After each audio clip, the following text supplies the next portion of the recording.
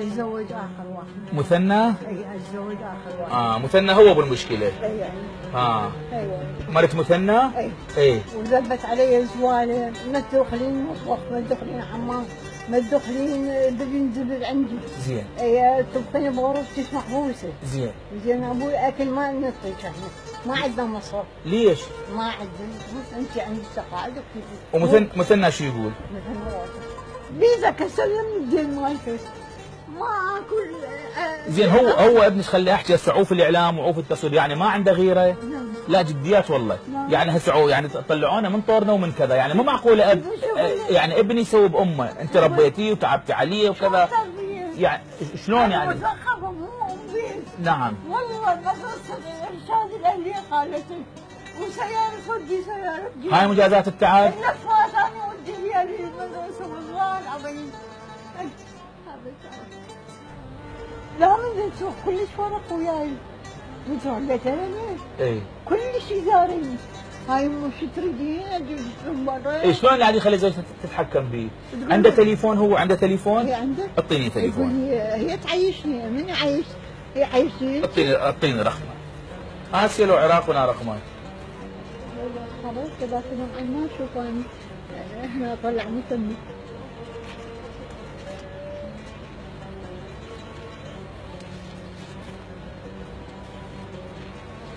الهدوم مليانه كلها فرغتها، طلعت بلا جنطه.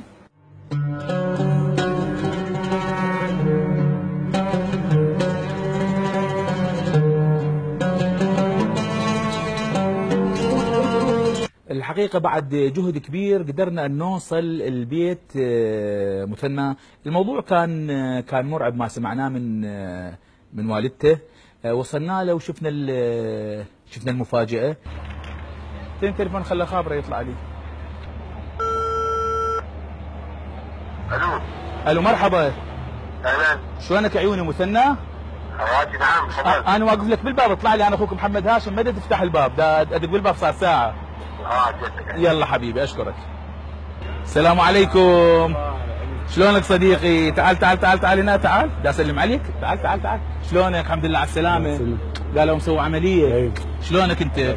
زين. انا جيتك بشكل شخصي. جيتك من السيدة الوالدة. بس ما يخالف. انا اريد شيء من عندك هسه، كل شيء ما نريد. انت براحتك. بس نريد لانه الحقيقة هسه احنا كنا رايحين بموضوع هناك، فشفناهم يطلعون والدتك خارجها يقولون ما عندها مستمسكات، وانت قبل كم يوم مطيهم هذا التعهد وماخذها ومرجعها بعدين، فاعطينا بس المستمسكات بس. البطاقه الكي كارد اللي مستلمين بها الراتب عندكم، انتم اخذتوا استلمتوا الراتب ورجع تريدها هسه، واريد الجنسيه قالوا مستنسخه، زوجتك قالت الجنسيه مستنسخه، فاذا ممكن تعطينا حتى على الاقل نخليها، والا انت ما تبقى يعني ما معقوله تخليها هناك يدبوها بالشارع. مرحبا، شلون الصحه؟ احنا بس جينا على مود الحجيه الاوراق الرسميه مالتها والبطاقه الذكيه. الاوراق الرسميه مالتها هي ضاعت. لا بس من فضلك انت قلتي لهم هناك اكو مستنسخه. هي اخذتهم؟ لا ما اخذتهم، هسه كنا يمهم. هسه احنا المديره قالت ست وهي نفسها الحجيه، وقالت البطاقه عند حضرتك انت تطلبيها فلوس 600,000 تطلبيها. لا مو 600 سلفه كامله. ايش قد؟ استاذ محمد اسمح لي ايش قد؟ اسمع مريت شجراني بنت. لا اي هي عندها 3 ولد. بس اسمحي لا اسمحي لا هذا الزعل بس لحد وياي. احنا الموضوع نحله بشكل بسيط. هي مره كبيره وقامت تبكي، بس من فضلك ما يخالف انت مستلمه وياها الراتب. سويتيها سلفه. انا هسه اكتب لك تعهد، ايش قد تطلبيها؟